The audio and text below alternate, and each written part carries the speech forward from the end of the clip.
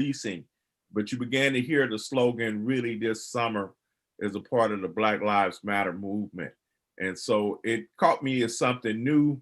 It caught me as something, particularly when I heard so many young activists put it forward. One of the things that kind of confused me is I grew up in Compton, California. And then when I watched the television show, someone said, well, Compton is an example of defunding the police. And I said, nah, that's, I don't know, Brother Ship, if you were familiar with Compton Police Department, but they got rid of Compton Police and the LA County Sheriff Police took over. Yes. Some of the same problems existed before, maybe worse. My mother still lives in Compton, and she tells me sometimes that she has to, if she makes a call for something routine, then she might have to pay money like she's paying a private security. So I don't know if that's an example. Now here in your state, in Camden, New Jersey, there was a different approach and model. And some of you might be more familiar with that than I am. But I do want to take the younger generation of activists serious. I do want to hear their suggestions. I know that monies have been taken, funds have been taken from social services, programs we had with youth in the community, programs dealing with parks and recreation, of course, programs that serve the homeless. But then, as we mentioned before, and I don't want to talk too long because I want to hear what the other guests have to say about this, but we have to begin to talk about, in broader terms, what this really means, how it relates to other aspects of society, and not just isolated to the police, because I think if we just focus on police, then we won't really be solving any problems overall in terms of how do we make our community safer. That's what the reality is how do we make our community safer, number one, and number two, how do we stop this historic pattern, particularly in Black and brown communities, of our communities maybe being over-policed, of excessive violence or racial profiling, these type of questions coming up. And how's that connected to the economy and other things in society? So that was my thinking at that time, and that's how I'm still trying to process, because I'm still in conversation not only with younger activists, but even with some folks who are abolitionists, people dealing with the criminal justice system. I think it's going to take a conversation with all of us to come up with a good solution. Go ahead, Rich. Yeah. Okay, I understand fully what you're saying. But there was a change in policing in the 60s, in the 70s. We went to a community-based policing, which we really tried to talk with the community. We wanted to be part of the community, not apart from the community. And I think that's what the chain has to occur yet. We have to get back to the format that we want to be part of the community. And if we're not part of it, we're going to be separate. If we're not a reflection of the community, we're going to be separate. We're going to be different. And we don't want to be different. We want to have that community. The bad eggs are ruling right now. And that's not the majority of police officers in New Jersey, at least. If I could ask, where this change occurred, where was it? Because it didn't change. Get that, it didn't change like that for me. I was a teenager in the 70s, and man, we would stop so much. I can't relate to that.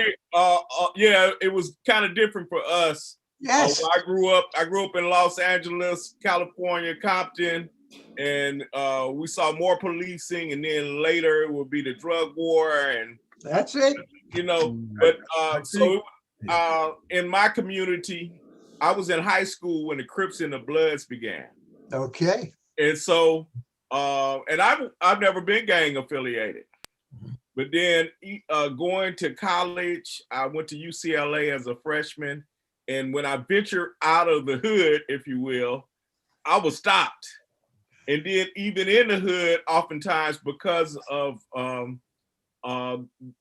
being profiled in the age of gang members, I was oftentimes stopped by police, and my information was documented and put into a database. So Yes. depending on where you were, we might not have had the same experience in terms of policing. I think I grew up in a nice white privileged town, white privilege. The only minority were the Jewish people. I'm from Jersey City. I came back out from the city, and I didn't know black people until I got into the service. Gotcha. Yeah, that's true of so many white people in the United States. I think that the military and the penitentiary is basically where you're going to meet black folks if you're white in the United States. If that's true for so many of us.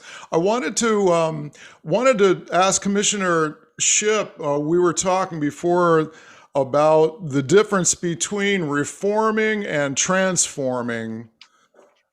Yes. Policing and law enforcement. I was hoping you would follow up on that, because I think you were saying some important things.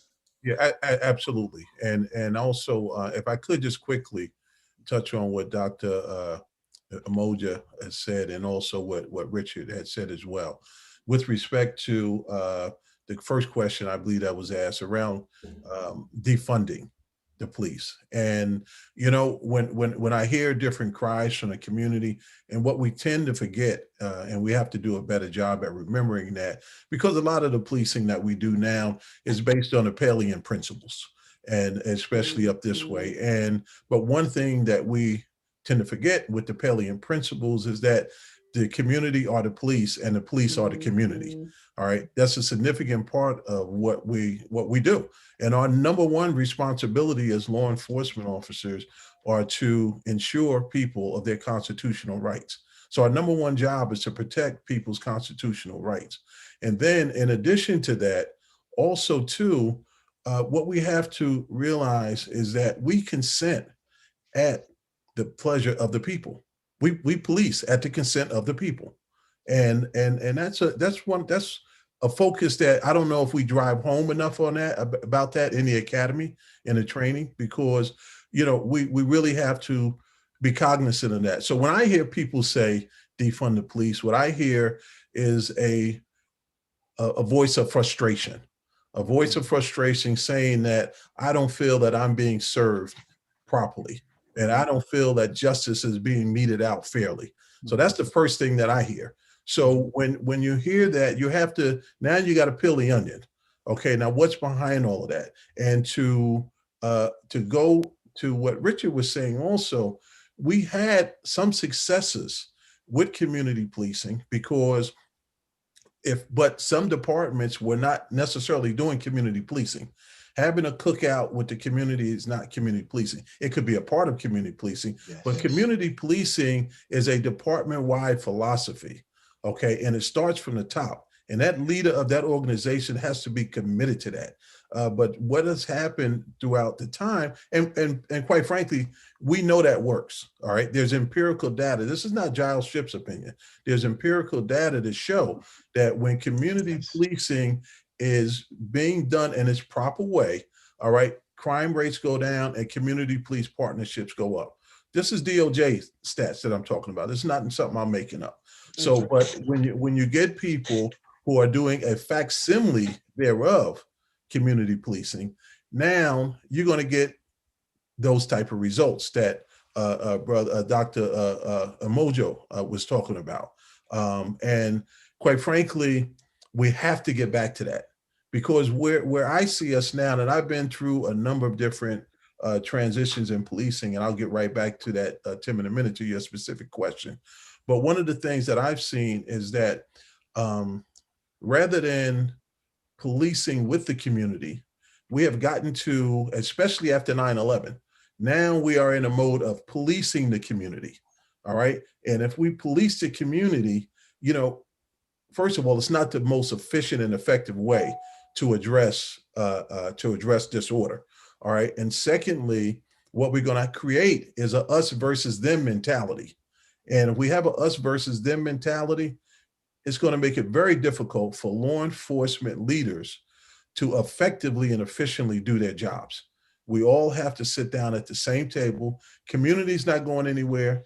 Police are not going anywhere. Police need to have more diversity in there. They need to have a better diversity of thought. And I'm not just talking about pigmentation. I'm talking about you need more people at the table who are culturally competent and have the psychology of the people who live in that community that you are going to police with. So, you know, we have to, in turn, get back to a collaborative model. Okay. And what I've seen, and I've worked for 6 different attorney generals. I've worked I've headed a law enforcement agency and a municipal agency, and I've worked 20 years at the local level and municipal level, and 20 years at the state level.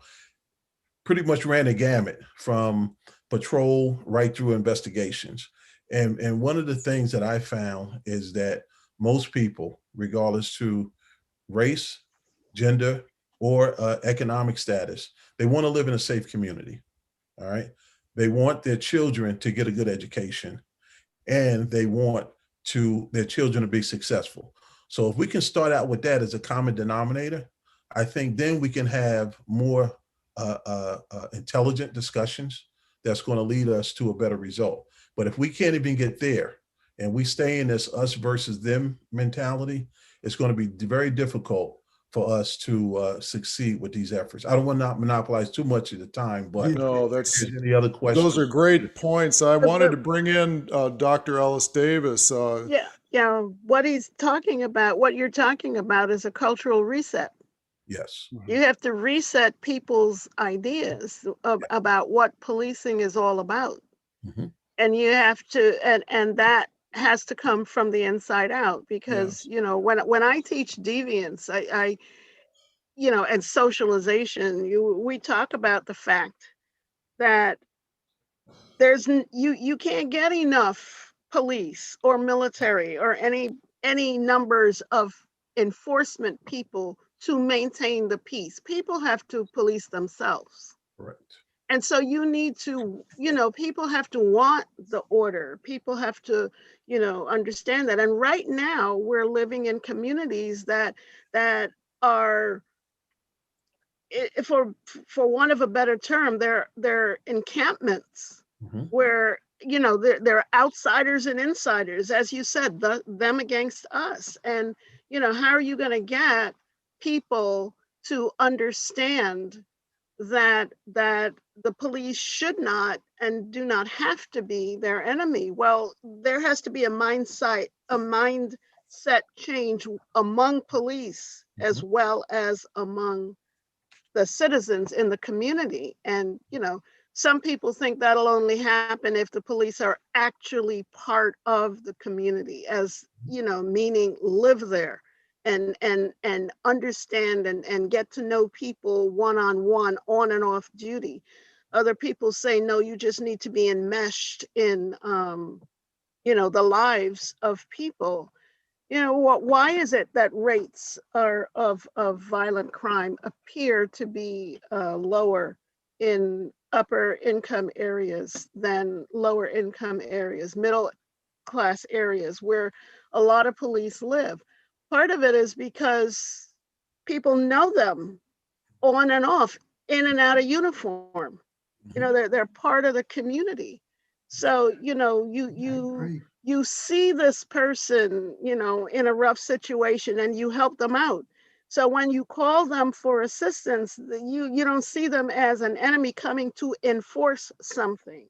Whereas if you are just coming in and you're armed to the teeth and you're walking through, and then you leave that community and go somewhere else, and then when there's an issue, you come running in armed to the teeth, people see you as not a help, but an invader, and that has to change. Yeah, if I could just jump in here, I think that this connects back to what Dr. Umoja was talking about before, and Commissioner Shipp, the relationship and the changes that have happened in what police are supposed to do, and the roles of the police have been changing.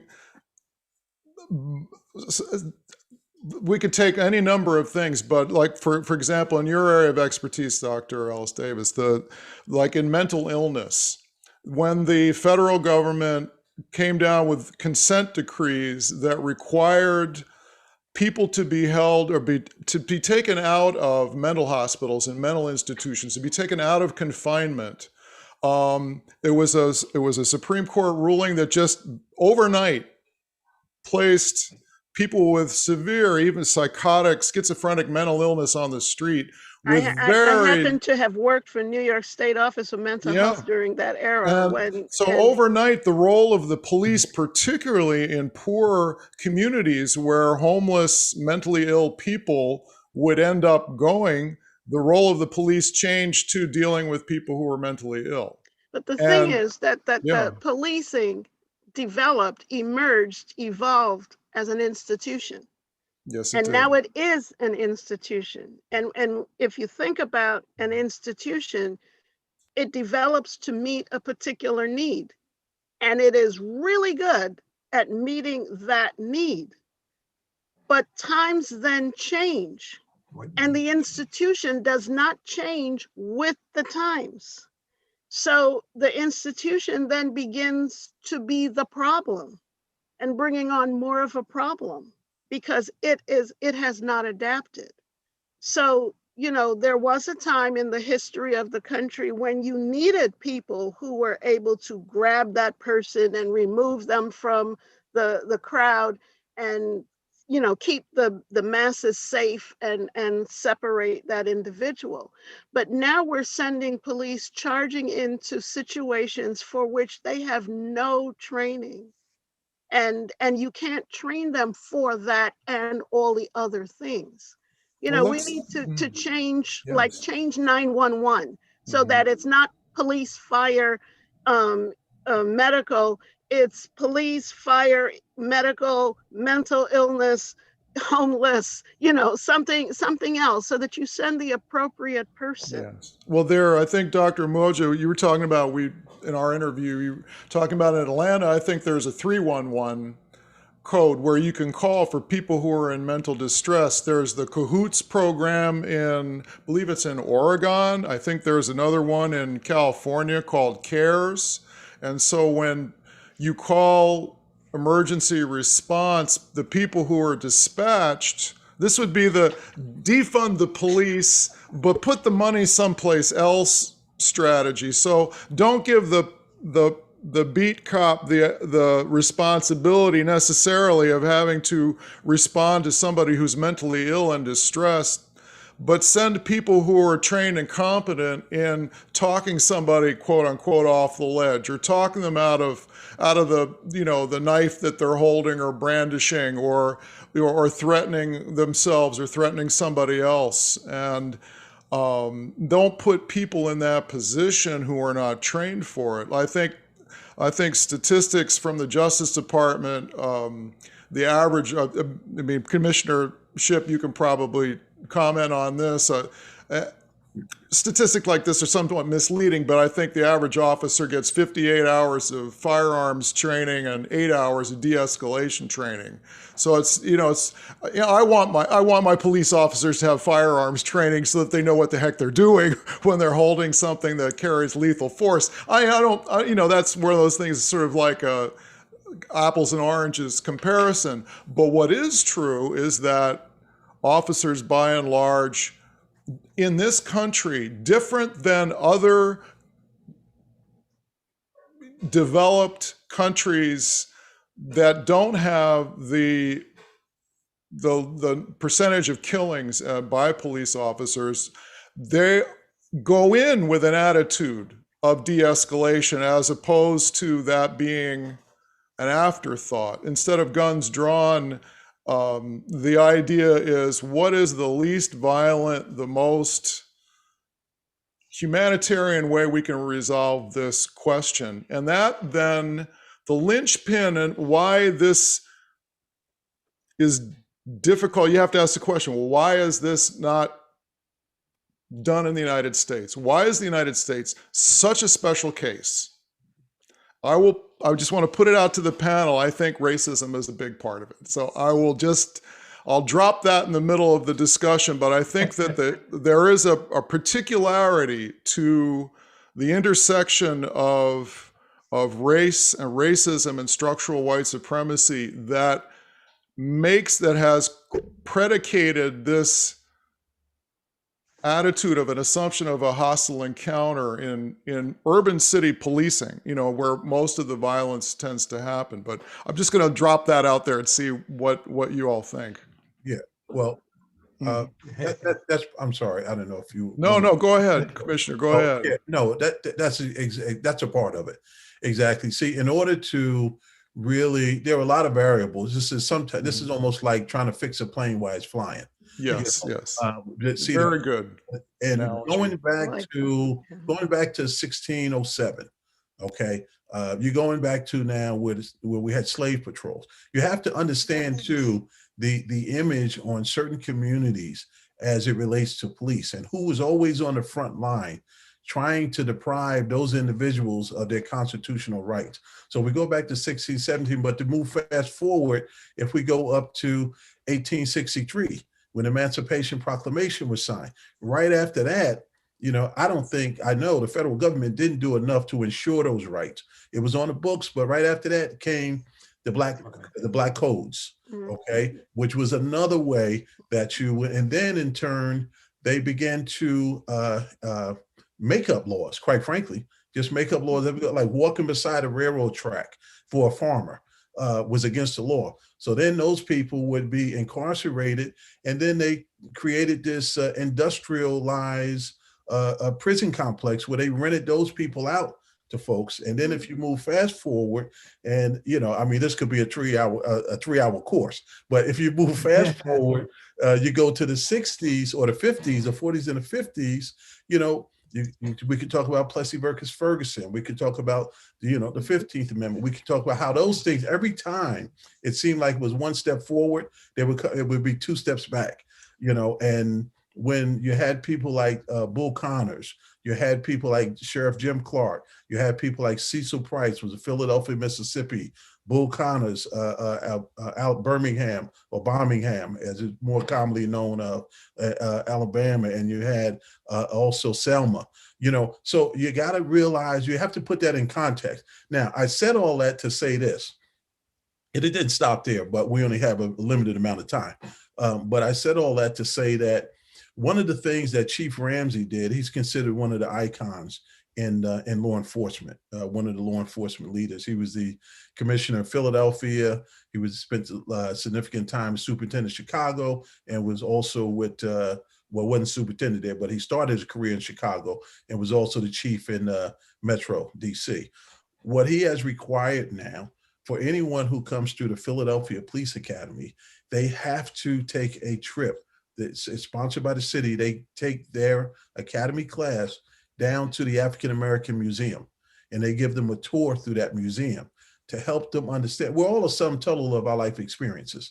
So if we only see certain people in a negative light, then that's going to sink into our subconscious, and then we're going to respond in such. And so, when you take a person's, everybody should be treated with dignity and respect. And when that dignity is stripped from them, then they have nothing else to lose, so we really, that's what, when we talk about transformation, that's why I don't even like the word police reform, because what are we reforming? Maybe the systems need to be torn down and rebuilt so we can really transform. That's how you're going to have transformation, not by just coming up with various different anecdotal, what I call anecdotal solutions to address those problems. So race is a factor. And as this country, we have to face up to that. It's not a misnomer. So the question is, How do we address that head on? Okay, how do we still make sure that people get the services they deserve from their police departments? And I think, I mean, if we can send a person to Mars, we can figure this out. Oh, yes. Good Ooh, job. I- Good job. Maybe not. If we had the will, Different if we had people the- working on if we that had the will project. I would like Go ahead, Dr. Umoja, go ahead. I would like to build on what Brother Yes. Chip just said. He gave us an excellent analysis of history. And just to continue on that theme, when he talked about the slave patrols, the black codes, laws during Jim Crow, we also have to put it in context of one thing we mentioned earlier in terms of how communities are policed now and the militarization aspect of it. That would be the war on drugs and policies related to make distinctions between crack cocaine and powder cocaine. You know, all of these things kind of lead to this sense of occupation that Black folks feel in their communities. And so, I agree with Brother Ship again.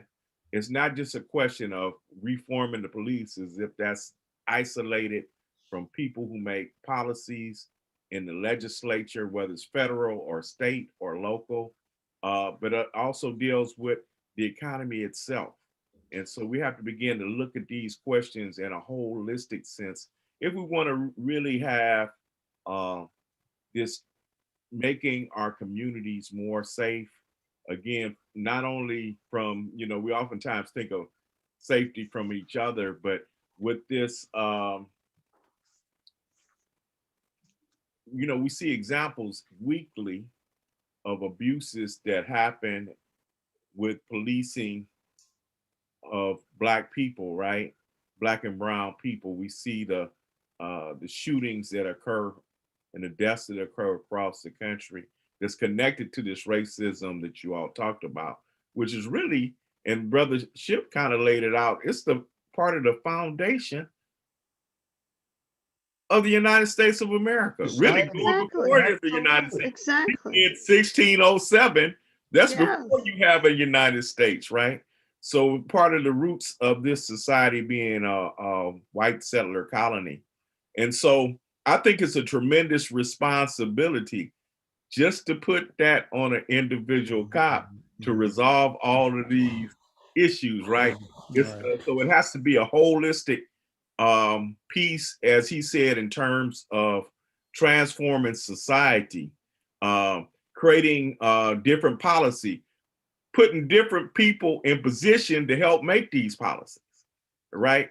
One of the things that I believe, I can't remember if it was Richard or it was Brother Ship who said that in particular communities, more elite communities, you don't have these issues, right? You don't have them, and it's not just because they live in the community. Sometimes in some elite communities, cops can't afford to live in them communities, so let's keep it real too, you know. But folks in those communities are gonna get different treatment because they're privileged, they're elite, and they're considered to be the people who run society, who make policy, things of that nature. So they get different treat. They're treated as what public, as opposed to folks who are occupying communities. So we need to change the dynamic where, as folks have been saying, everyone are treated as you know, are being served because they pay taxes, because they're human beings and they have human rights. They're, you know, citizens, and they're supposed to be treated a particular way as somebody who's a part of a particular community. And so that's where the dynamic has to change, but it can't just be on an individual cop to deal with that.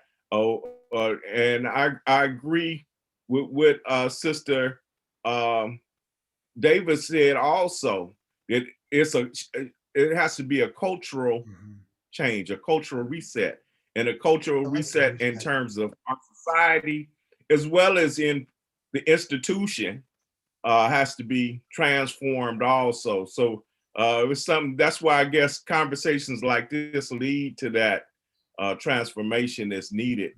Well, hopefully It has to move beyond here to. Go ahead, know, Dr. Davis. Go ahead. Let me. Some years ago, I was at a college in Brooklyn, and we had a 2-year criminal justice program, and we built it into a 4-year, and partnered with the NYPD to offer some of the coursework that would be credited to the graduates when they went into the academy. And this was a time when NYPD was beginning to require that their cadets have some college credits before they could graduate the academy. And at that time, and even now at Bergen, when every once in a while I'll get a CJ major in one of my classes, and they don't want to, they're not really after a degree, they just need their credits because they want to be a state trooper, and they don't understand why they have to take these credits.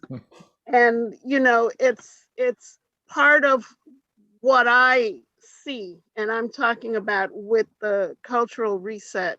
You have to understand people and understand what people are like, and understand that different people with different backgrounds have different worldviews. And you have to become familiar with some of these worldviews so that you can interact with them on an even level. All views are good. We just need to start sharing them. And one way to reset this is to get them to start learning about people, learning about other ways of life, learning to see through the eyes of others. These are important things. I was just reading in preparation for this panel, and I was really startled to see some statistics that it would indicate that two things don't work in police reform in terms of stopping violence: the training in implicit bias or sensitivity training or education of cultural differences, and body cameras. Neither one of those things has shown any statistical difference in changing the level of violence as yeah, but as you an see, act. that But goes. and I'm not disagreeing with you. No, Dr. Davis, I'm but, agreeing with you, and it speaks to the point I'm trying to make, in that a person has to want to change. Yeah. And when you give people these required courses and you have to finish X number of hours, that's a task you got to check off that box. Yes. I did Yes. that, Yes. and Exactly. it's like every Right. year you have to do your sexual harassment training thing and finish that and send the certificate in, Yes. that kind of Yes. thing. Yes. But you Rick- have to want Uh-huh. to not engage that way. Right. So, Right. so the idea is, how do we get people to want to know the person, and we're sending our officers into areas, and we're asking them to resolve conflicts, and they're only taught one way to resolve the conflict. Right. Exactly. And it's not good. Right. Exactly. And Dr. Davis, is you're right on point. And the only way that we're going to change that is to change people's thought process, and that's through education. Yeah. That's the only way we're going to change that, because unfortunately, as much as I'm a major proponent of education, both of my son is working on his doctor, my daughter has and I'm a huge proponent of that, because I came from a family that didn't have the opportunity to get education, but they knew the value of it. So they instilled in us, education is the key. Education is the way out, and subsequently, you can re-educate people. Yes. Even though in this system that we have now, and especially on a lower level, before we get to colleges, we pretty much get indoctrinated. It's not real. We're not really getting educated. We're getting indoctrinated to a Euro style mindset of thinking, and that's the way it is over here. I mean, we have we've pushed people back when I was in school. Our parents pushed to get a Black History course. Okay, we shouldn't have to have a Black History course. It should be a part of U.S. history, and it should be a part of world history. All right, and Black history didn't start in 1600s when the slave ships came over here. Black history goes all the way back to the mother of civilization. You know, so I mean, so we really have to. You can come out with all of these different de-escalations and all of these different types of training, and if that culture doesn't change, that culture will eat all these different types of training for breakfast, lunch, and dinner. So we have to first get to the changing of the culture. And we have, our organization, Noble, has presented the Attorney General in the state of New Jersey with a draft of how we think that can get done. And we're hoping, it's been a little while now, we're hoping that that is responded to in a positive way, because this is not rocket science, all right? We're law enforcement leaders. Our organization are chiefs of police and commanders in federal, state, and local law enforcement agencies. So, you know, you have years and years of experience and people who are competent and qualified. And we also have prosecutors, 3 prosecutors as part of our team. So we get this done, but at the end of the day, we have to have the will to do it. We have enough intelligent people and enough professionals that give up their time to address this problem. And because if we don't, I'm going to tell you right now, if we don't, this is not going to get better. No. It's going to get worse. And well, I wanted to follow that up, Commissioner. The institutions of policing and have been notoriously resistant to reform and change. And, you know, Dr. Umoja can speak to many years of trying to institute things like community review boards, which I don't know that there are really any examples in the country that have been able to create any significant either changes within the police or changes in the perception of the police by the community. But I'm really interested to hear what are you proposing to the Attorney General that you think that has a chance of really making an impact on some of these policy issues? Well, we have to actually, as we propose, we have to go right back to the academy, to the training. Matter of fact, before you even get into the academy, recruiting, we have to select the right people. You know, we test for we test for memorization. Okay, because so many people go and get the different types of preparation for the test, those people who have a little more wealth, and you come in and you memorize and they teach you for the test. But what we're not looking at is characteristics that, in my opinion, and I've had a lot of police officers work for me, like empathy for others, okay? Characteristics like that, your emotional intelligence, all right, which is also, some people refer to it as interpersonal skills. 85% of the problems that I arrived at, and I was with the 5th largest municipality in the state of New Jersey. And of those 17 years that I worked in the patrol, various different patrol functions, most of the time, people call us to resolve problems, all right? And only 15, I would say, % of the time was I actually making an arrest.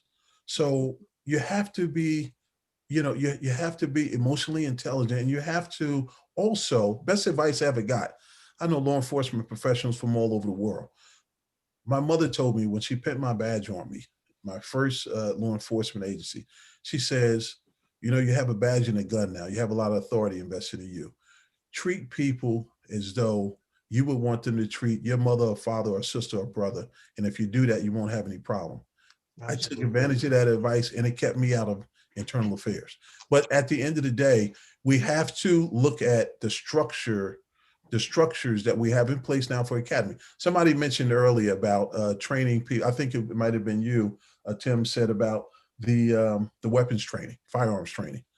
Very critical that we have firearms training, which we have to. We don't have to go over that. We have to save people's lives, and sometimes the threat level is at lethal force.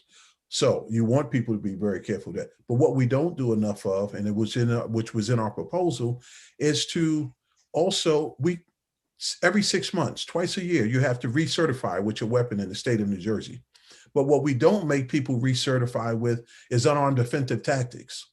All right. We don't recertify unarmed defensive tactics. So what happens? Being that you're not comfortable and you get to training in the academy, after the academy, if you want to do some independent training, you can get it.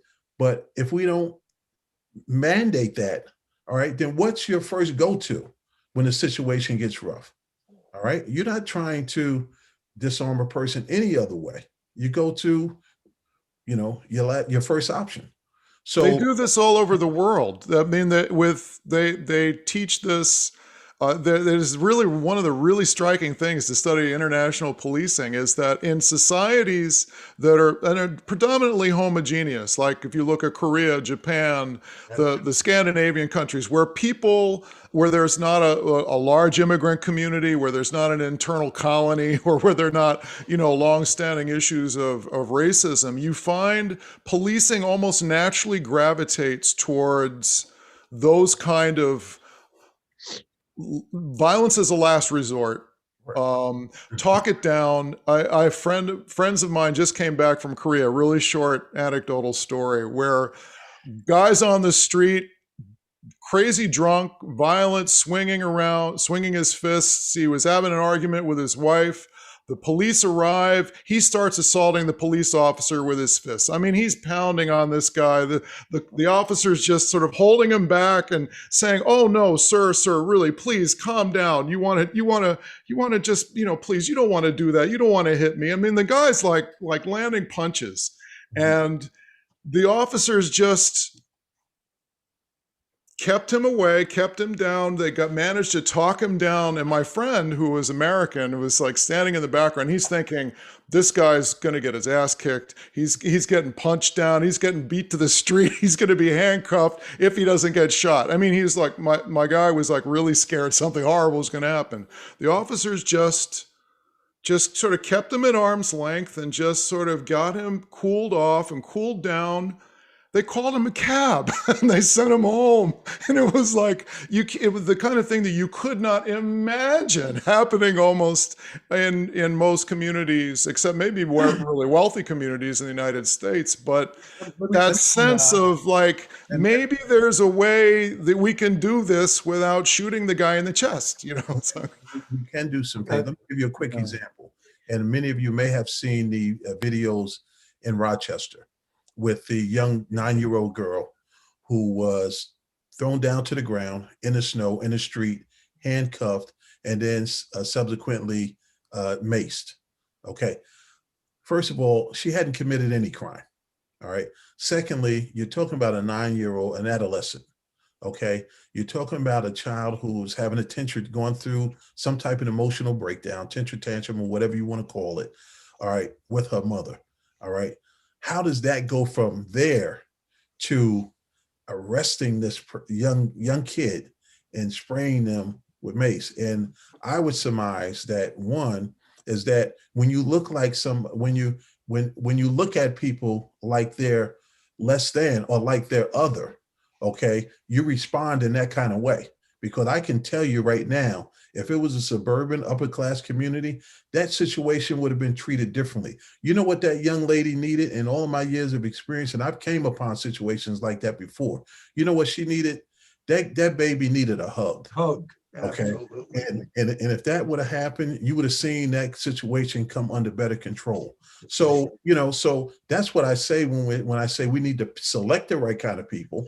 And we also need to have a system in place that's going to, one, train people how to deal with those types of situations. First thing you do when you get into any type of domestic issue, you separate the two parties. I don't know why they allowed them to continuously go at each other. You separate the two parties and try to find out what the issue is. And then lastly, what you have to do too, when people make those kind of errors, okay, in law enforcement, the punishment has to be certain and it has to be swift. And that's how you got to hold people to a level of accountability. And I don't. And in that situation, she wasn't an adolescent yet. She was a child, Yes, 9 years old. yes. And the situation came up because her mother was fighting with her father, and she thought her father was killed or injured. And she wanted assurance that he was okay. And that's what she kept asking. I want to see my father. And they wouldn't let her. That's why it spiraled up. 9 years old. I agree with everything you said. Really, yeah. I- Rich, I wanted to. Well, I feel like Yeah, I go can't get ahead. a word in edgewise. No, But please they're go all on ahead. topic. Everybody's on topic. Yeah. I agree. It's about the recruiting of officers, the education. One of the problems I see is the taxation. Who's going to pay for the training of officers when you have a tight budget? One of the smallest budgets they have is in a police department. It's mostly salaries. So they really have a little bit to invest in the training of a police officer. That has to change. How does that change? By our representatives. We have to elect the right people to make that change. So I think a lot of us have to look at who's going to represent the police for the community. Who are we going to send in there to get our feelings done? And we have to send a message in. With Chief Suffern, we're working on a grant. We put it in, we didn't get it, for a community officer. Not a sworn officer, a community officer, going into the different neighborhoods, trying to find out what the people in that neighborhood want. So we have to look at policing as a change. Yes. Do we need sworn officers all the time? Yes, and you know what I say to that too, Rich, and me and Larry talk about these situations all the time.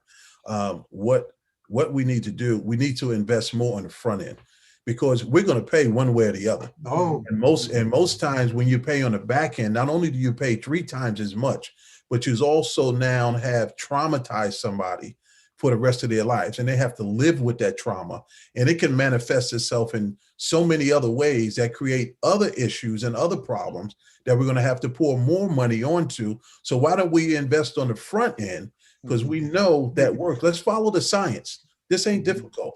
So we invest that money on the front end, and then when we have a person and we have people, and what you were alluding to was a collaborative process. Okay, bring the community into the table. But don't only just bring the community in, bring everybody in that community that has a vested interest. Bring corporations in, like North. Bring in Panasonic. Okay, Panasonic has a vested interest here. Prudential, they have a vested interest, and they have resources that they can also bring to the table. And when you get those people in, you bring government officials in. These people have different resources that they can bring, so it wouldn't be such a strain on one individual. But until we look at this as a collaborative process, we're going to be like a cat chasing its tail. Absolutely. Yeah, go ahead, Brother Umoja. What were you going to say? Like Rich was saying, who's going to pay? But you're paying anyway in wrongful death suits. You're paying for misconduct. Here in Atlanta, I think you all saw in the summer, a Morehouse student, a Spelman student at college were tased. Their car windows were smashed. They were, tear gas. So there's a lawsuit behind that now.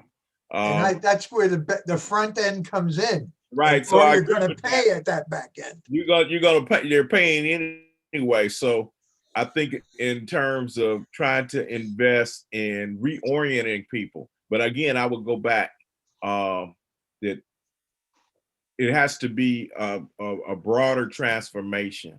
I do agree with what Commissioner Shipp said about bringing other people to the table, but most importantly, and who's historically been left out, are grassroots Black folks.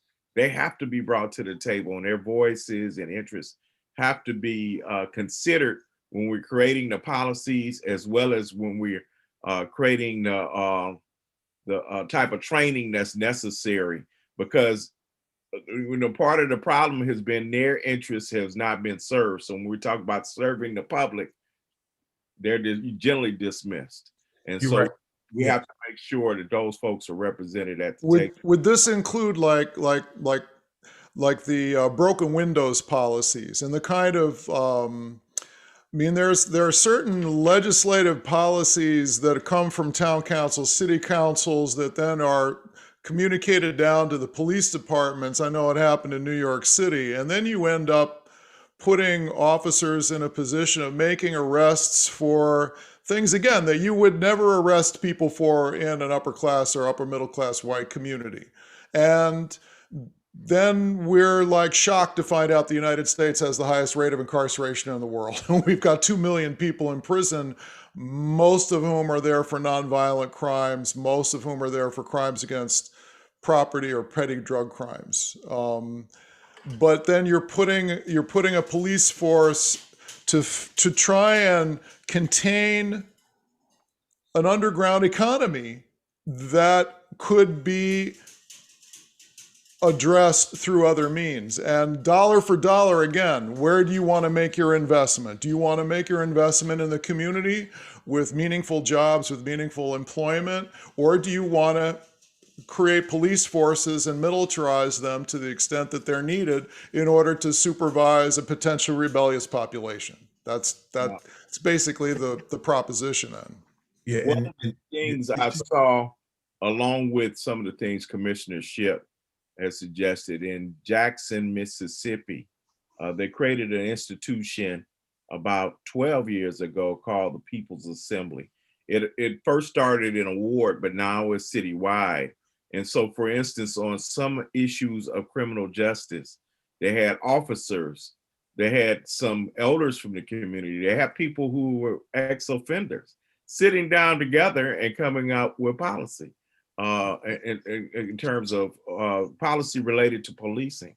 So that's bringing in a variety of elements to discuss it and to look at it and trying to create a more holistic policy. But again, as you mentioned, Tim, we got to again have to think about it. What's the economic roots of certain things that create an underground economy? How does this relate to even family stability in certain communities, and what might drive somebody to participate in crime, as well as what things are treated as public health issues in terms of narcotics and addiction to drugs, or is it treated as a criminal offense? Again, this is when we're talking about policy. Who sets the policy? Whose interest does it serve? And how can we actually help heal people? Because I think some of this has to be, we have to think about healing folks in our community as well. That's right. And that's how all the institutions tie together. Right. And that's very critical, because if you think tomorrow that we're going to team up, community is going to team up with police and resolve all of these problems, you're under an illusion. You know, exactly. I hate to tell it that way, because when a lot of these, when crime rates really went up, actually in 1976, Noble was founded, and the reason why we were called together out of that meeting, it was a 3-day symposium that the Law Enforcement Assistance Administration, which is now known as BJA, Bureau of Justice Assistance out of DOJ, came together with the Police Foundation and the Joint Center for Political Studies. And they called us down, they called at that time 60 chiefs and deputy chiefs and some academia down to Washington, D.C. For a 3-day symposium. They said, look, guys, we're at wit's end. We don't know what to do. This is DOJ. So we figured we'd bring in the practitioners and maybe you all will come up with some ideas. And they did. And then they supported them and funded those solutions when they went back. And one of them was community policing. And it had a profound impact on reducing the rate of crime in those respective cities. But also at that time, other challenges that were going on was like the manufacturing was that most of the urban centers were the hubs for manufacturing. So when the manufacturing left and went offshore, nobody refilled that, okay? That left a void. Mm-hmm. So what happens when a void is there is fertile ground for underground economies. Because people are going to eat. If they have to steal, rob, or cheat, and it don't race and ethnicity, it doesn't matter. If people are going to have to eat, they're going to steal, rob, and if necessary, kill so they can eat. That's just a human phenomenon. And at the end of the day, and if we look at this very clearly, it's not surprising to me why the jails are as filled as they are today. We were at maybe 200, 300,000. Now we're at 2.3 million people incarcerated in jail. And I would venture to say that probably 75% of them probably don't even have to be in those institutions if we brought the right resources to the tables when, things were dismantling. And quite frankly, I wanted to put this out there too. Now, do you know, and people in the community, I'm gonna tell you, in certain communities, they have a good relationship, okay, with their government entities. You know why? Because they demand it. All right. And then some other communities are not so demanding, and you're gonna get what you get if you're not demanding. But right now, we were able to push it back, but they're actually proposing a law now that if you smoke menthol cigarettes, all right, if you're in cigarettes like any other addictive product, it's a health problem. It's a medical problem. All right. Don't throw that now into the criminal justice system. They want to criminalize people that smoke menthol cigarettes. You can smoke a Marlboro on this corner, but if you're on the next corner smoking a Newport, the person smoking a Newport will in turn be arrested, okay, or charged or fined, which to me is the most ridiculous concept, especially being that there's no health disparity between the two cigarettes. All right, if we're going to criminalize cigarettes, let's criminalize all cigarettes, because 88% of the people that smoke menthol cigarettes are from the African-American community. So I said that to show you an example of what happens when we allow bad policy to go in place, and then we tell police, enforce this bad policy. Those are the results that we're going to get from that type of process. Exactly. Well, I know that in the summer, I love to have a nice cold beer, sit on my front steps and just have nice cold beer. Yet when I go into the inner cities, you have to have it in a bag, or you get arrested by the cops. Or if you live on my street. I'd have a beer with you, Giles. That's for sure. We'll go to the back patio. Y'all don't leave me out. But I really do think that we got to look at youth empowerment. If I am a youth in a dysfunctional city, and I trying to work and be a good kid, a good boy, and I want to get a job, the only real jobs that you have are on a street corner. If you want to be an entrepreneur, and that starts their education. We have to cut it. We have to give them opportunity. There's a lot of things that we can do that will help. Yes. America. And not America. Yes, and let me just say this too. In the area of Atlanta now, the greater Atlanta area, you have more African-American millionaires down there than you have anywhere else in the United States. And you know why? It's because the leadership at that time under Maynard Jackson said that if you come to do business in this town, you're going to make sure that a diverse group of people get an opportunity to get that business. And you know what they did with the results of that? They built beautiful homes. They have beautiful systems. Do they have crime issues? Sure. I mean, over time, things change. And if you don't keep up and if you don't maintain, if you leave gaps, things are going to happen. But at the end of the day, my point is this, is that when you are, and I think, quite frankly, Newark and New Jersey may be on that road too. Good leadership. It's unfortunate a consent decree had to come in, but a consent decree came in, and now those dictates or mandates from that consent decree is having an impact. But the only concern I have with consent decrees is that once the consent decree is lifted, what do we have in place? And how do we address that? I'll tell you how we address that, by having structural changes, as we talked about early on, in the system, and make sure that whatever is done at that time is just not put in place, that is transformative. And that's how we can have sustainable change. And like I said early on, I work for 6 different attorney generals. You can't have, initiatives go and come with various different, people that come into different offices. Maybe it could be a chief of police, it can be a prosecutor, it could be attorney general, leaders of these organizations. The ones that I find that are more sustainable and the ones that have the longest staying power are those that are driven by the members of that community. The people in that community, Yes. they're not going anywhere. All right.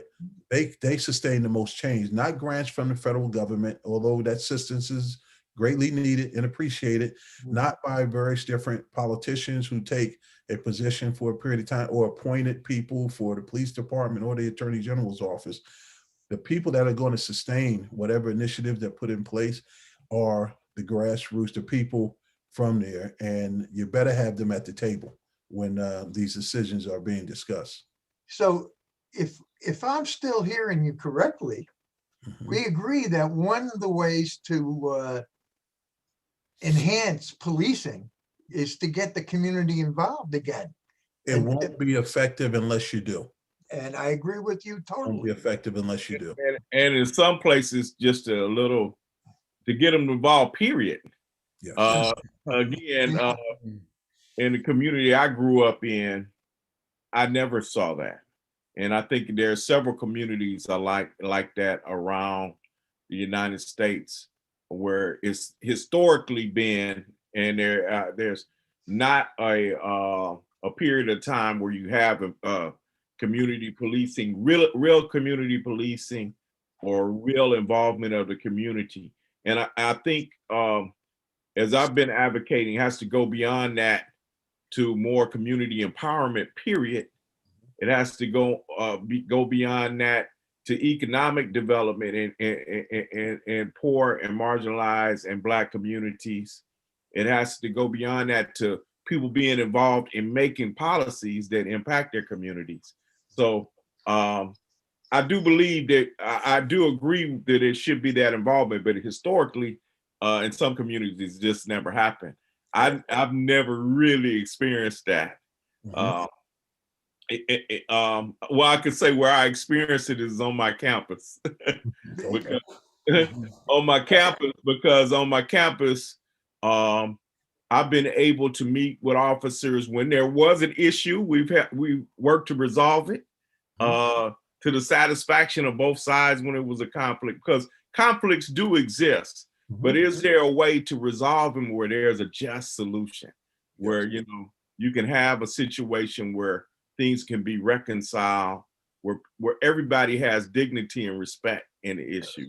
That's the golden rule of conflict resolution. So I've experienced it there. I will say that, but a lot of communities I've lived, I can't say all the communities, I won't say that, but many of the communities I live, I've seen the existence of communities being treated as occupied entities. I've seen that too in my. So I think there's class, social class, race, all these things are dynamics. And so so the goal is what you said, but I just don't think it's getting back to that. It's getting it. Oh yeah. In many communities, we haven't had it. Well, we're working on it. What do you think the I have one question maybe for anybody who has knowledge on this. There are certain things about some of the incidents of police violence that I think folks were responding to over the summer that were the violence and the result of people being killed. I'm thinking of Elijah McClain, the young African-American boy who was, I responded to that particularly because my son is on the autistic spectrum. And I can say, he has some episodes where he will act out, has been known to have tantrums and can be violent and a threat to himself and people around him for very short periods of time. But I know that I would not ever feel comfortable calling the police in that in that situation, because being an Asian American young man who is, of a certain height, and, he's not an imposing person, but I could not ever imagine wanting to be responsible for, something happening to him were he to be in that situation. And I know a lot of people feel the same way. It seems like there are certain like fundamental policy changes could be made from the top down very quickly, like the police don't get to shoot you when you're running away. Like running away from the police shouldn't carry the death penalty. I mean, which is just, it doesn't happen any other else in the world. It's, in any developed country, running away from the police doesn't carry an automatic shoot to kill. Shooting mentally ill people as there are certain principles, I would think, to determine the use of force of any kind, including, in Japan, if they have to shoot, they shoot you in the limbs first rather than the chest. It's just like, there's like certain sort of commonsensical things that like would seem, why is that so difficult to implement? It just. And what's amazing is that when a lot of these things occur, a lot of these abuses and violations occur, they go to grand juries and they get acquitted. They never prosecute. But one of the things that a police officer has to look at is his life going to be taken? Right. Is someone else's life going to be taken? Sure. And look at the violence. Sure. The use of force. Absolutely. So they make that determination. But how does that go? Lethal force. You use lethal force when lethal force is being used. Right. Exactly. That's it. Right. That's it. It should be. It should be, right? It should be. That's it. It seems like a whole lot of times it doesn't. But it doesn't back turn to out the mental health, and we look at it as a toolkit. What do we have?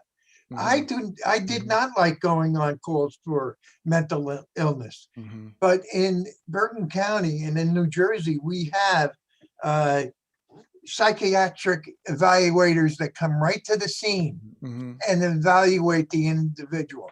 They have it in Passaic County. So rest assured, police officers are not going to respond to aid the parents, but they won't do anything but bring in the psychiatric evaluators. And they've been a great help for the last 30 years. That's good to know. Yeah. Well, and that's all the reason why when you're recruiting people from into the law enforcement profession, you see a lot of the recruiting films now. They appear to me to be, some of them appear to me to be more aggressive than the recruiting films that I saw before I went into the Marine Corps.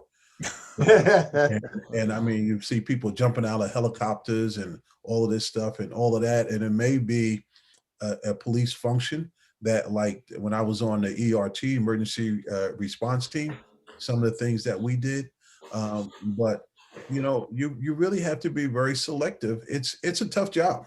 Everybody can't do this job, and you need a special skill set, and you also need to be of have certain traits, personality traits that that can be enhanced and can make you, and that's across the board with everyone. There's no certain particular group of people. We're all a member of the human race.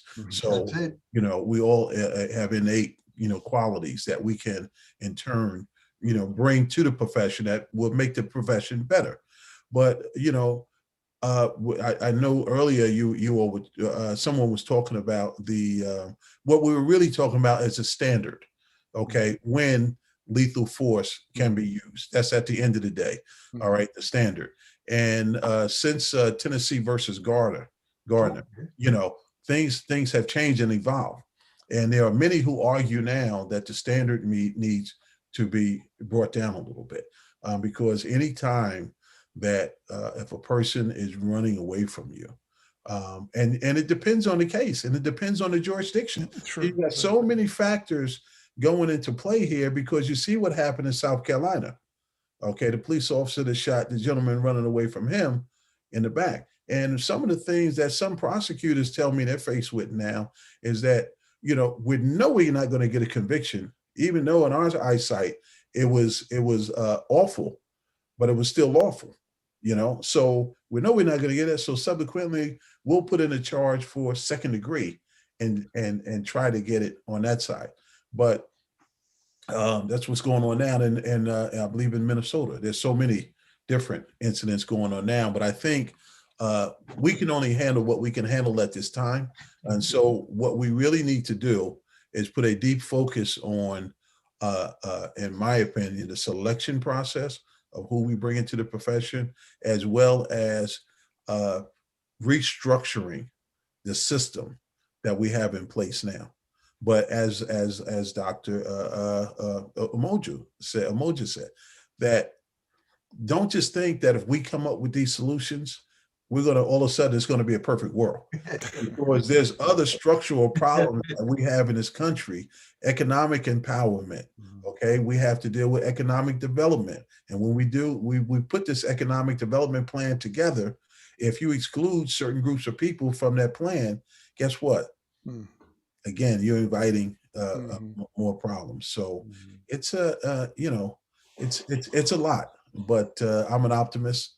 So I know that we can address these problems, but more importantly than anything else, we have to have people of goodwill at the table, sincere about really addressing these problems, or else it just becomes a conversation or an academic exercise. Amen. Amen. On the money, I want to Tom. give everybody a chance just to say a couple of words to sum up. That was beautifully stated. Maureen, would you like to sum up where what you think and what you'd like to leave us with? I think the as everybody has said, you know, perfect things. It's we're not going to change it today. We're not going to change it tomorrow, but we'll never change it if we don't start understanding and accepting that there is an issue that has to be resolved. And we have to resolve it from within and without. It's a multi-layered problem. It's an onion that needs peeling back. It goes to the core. It is institutional, meaning that all the institutions are fused together and involved. It's a massive change, but everything begins with a first step. Absolutely. How about you, Rich? What would you like to? Well, I'd like the first step there. And good people do good things. And good people have to work collaborative together. And it's small increments. This is a good start here, Tim. I like the dialogue that we had tonight. I think opened some eyes. And I hope our students, and I hope all my classes, all 7 classes, for the extra credit, we'll be doing the paper on what their thoughts are on tonight's Good dialogue. job. And it was a pleasure being on this forum. I'll tell you truthfully. We all learn, and I think life is all about continuing education. And it's all about education, and we have to keep on working at it. We have to be able to change continually. Bergen's lucky to have you in the position that you're in. I think we're really fortunate to have you and Maureen. She's the best. Yeah, both of you, really. And Brother AK, what would you like to hit us up with? I probably should just say what Maureen and Rich said, but no, I think it is figuring out what the next step is, and to continue these conversations, because I think it has to be an issue of community empowerment. It has to be issue of what Commissioner Shipp said about transformation, but we can only have that transformation if we can include everybody in this conversation and recognize particularly the voices of poor, marginalized, Black Yes. folks, brown folks in particular, because we're the people who are most impacted by the abuses there. And it's not just a question of the police, right? It's a question of Right. society, That's right. how we relate to each other as human beings, as was said before. And it could be done. And I agree. I agree with Maureen said. We need to do a culture reset. Um, of, who was it that mentioned also? It's not a question, and I think it was Maureen also mentioned that even how we deal with folks, our neighbors, is a part of this equation, as well as the relationship that I have with police officers in my community. One thing too, one other thing. See, y'all shouldn't have gave me back the mic. That's a sign of a lifelong community activist. Right. Never give rule number one, never give up the mic. But I think it's a question too of I think it was Commissioner Shipp who said how certain communities they demand certain things from all the institutions in their community. So part of it has to be to assist poor, marginalized Black and brown communities to get better organized. So when I talk to you about an institution like they have in Jackson, Mississippi, of a People's Assembly, we got to create spaces for people to have voices. And to the students, whether you're criminal justice students or whatever, in the 60s, in the past, it was students who played a role in helping communities get organized, lending the skills necessary to help people to be able to voice their concerns. So I think that's an important part of this equation and an important part of the next steps. Thank you. And thanks for allowing me to participate. Oh, man. Pleasure. Rich and Brother Shipp, when y'all drink that beer, don't forget about your brother down here in Georgia. Oh, for any of us, man, I'm ready, man. And Tim, if Listen, man, I want to thank all of you. This was just a wonderful conversation, and I think, at least in our community here, hopefully a step forward, and I hope that maybe we can continue these conversations in whatever capacities we're in with people who will listen to us and matter to us and who we can respond to. I've learned a tremendous amount. I want to thank Professor Kuiters, Professor Ellis-Davis, Commissioner Shipp, and Dr. Umoja. I'm so grateful for your participation, and I look forward to speaking with you again real soon. From Gallery Bergen, thank you.